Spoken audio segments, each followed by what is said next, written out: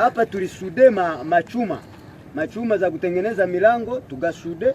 Hii ni chuma ingine yenye tuliwabandika kwa huyu tugasude, kisha tukapata miguru juu tunajua jinsi silaha inakuwaka.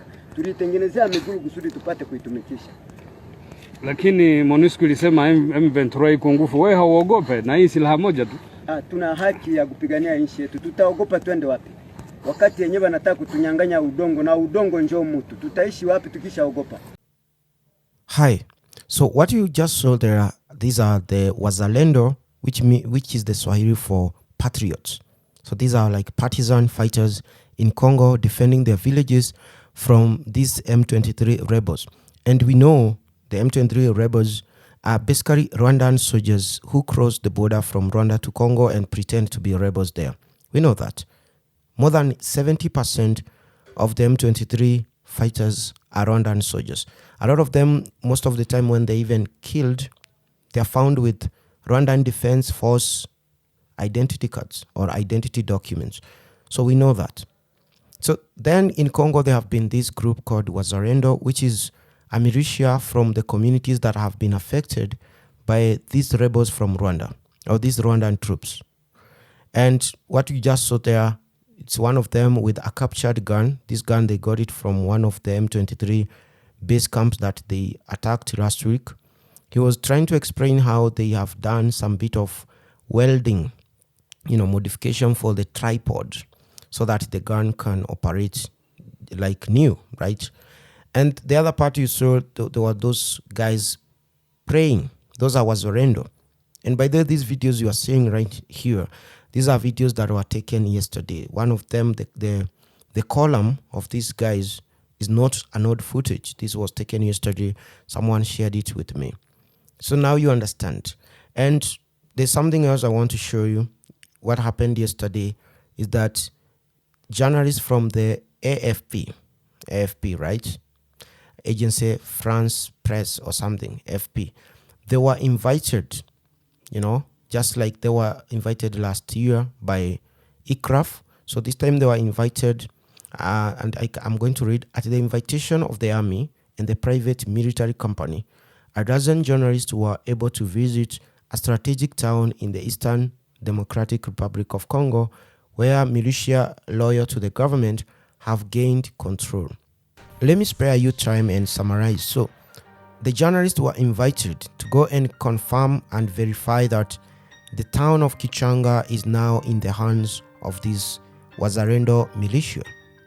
And something else that happened is that the M23 was controlling a road, a highway that leaves Goma, goes through that territory of Masisi, near that town of Kitchanga, and all the way to Ruchuru, then Uganda. That road is the road that cargo trucks and other commerce goods use when they are coming from Mombasa in Kenya, through also coming from Uganda and going to the city of Goma. So the M23 had blocked it. They had used some kind of barricades or roadblocks to ensure that trucks do not move. So it was hard to move goods, and the city of Goma was actually running out of essentials, products. So they were holding it at a hostage, And these militia have basically come in and they have removed this blockade. They have removed those roadblocks, and they have killed close to 4,000 M23 rebels to achieve that. And I'm going to tell you more in details. So a journalist from Rwanda, or a Rwandan journalist basically, called Rugema Kayumba, posted this on his social media, saying, he wrote in Kinyarwanda, I'm not good in that language, though it sounds like my Swahili mother tongue. I can read a little bit of it according to what I've understood from the people I have asked. So he says, Wibaze abasirikari, meaning think of the soldiers, 1,622 ba RDF stroke 20 M23 bapfuye muntambara, meaning they died in the war. So it goes like that, but someone was kind enough to basically translate that in English, as you can see. So this is another activist, a Rwandan. She just basically made it simple. So she said it's 1,622 soldiers from Rwanda M23 group was killed in the past two weeks. And 2,038 of soldiers or M23 Rwandan soldiers have been wounded, and about 372 are missing. So in a span of probably 2 weeks, Rwanda has lost more than 3,000, actually close to 4,000 M23 Rwandan soldiers in the war that is going on between Rwanda and Wazalendo, or these militias in Congo. That's a huge number. As a matter of fact, that's more than 60% of the contingent of the M23 that Rwanda had sent to that part. Because initially there were 9,200 went back to Rwanda. 2,000 went back to Rwanda. They were left with 7,000. When the fighting started last week, they reinforced that old group with another 1,000. So there were about 8,000. And within a week, 4,000 have died. The other remaining 4,000 is there. So more than 50 have died within a week. So that shows how serious it is. And I'm going to tell you a secret. The reason why the Congolese army, and someone asked this in the comment in a previous video, the reason why the Congolese army has not mostly won any conflict with these rebels is because they just like most African countries, they come with these tanks, they come with their land cruisers, they come with these military trucks and flags and all manner of noise.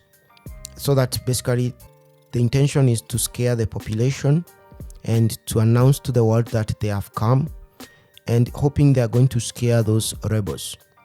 But it doesn't work that way. It actually does the opposite.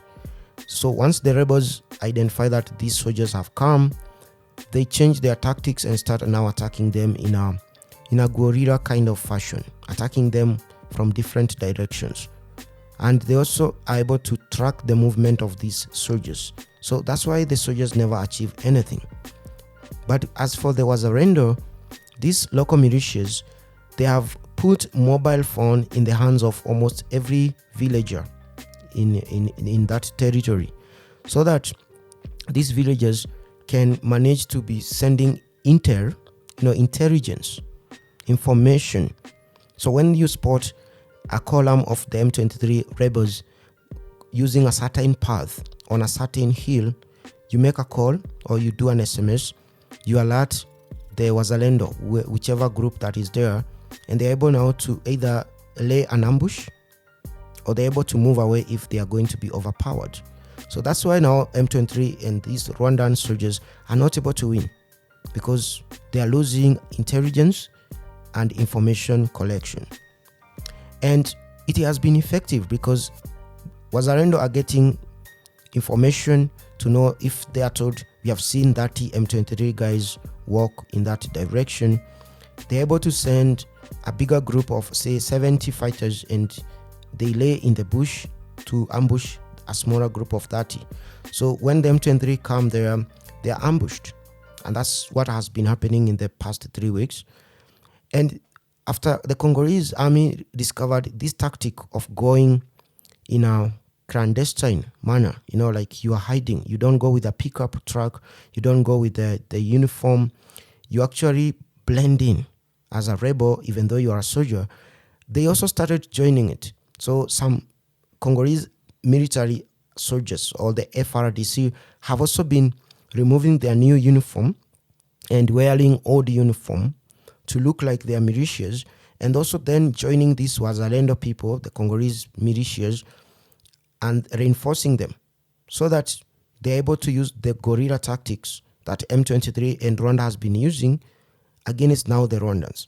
So the size of the Wazalendo militia now is big because it has been reinforced by some Congolese soldiers. But the Congolese soldiers are not coming there with their normal uniform. They are also wearing the civilian militia type of uniform, and they are not coming with vehicles, so they are blending in.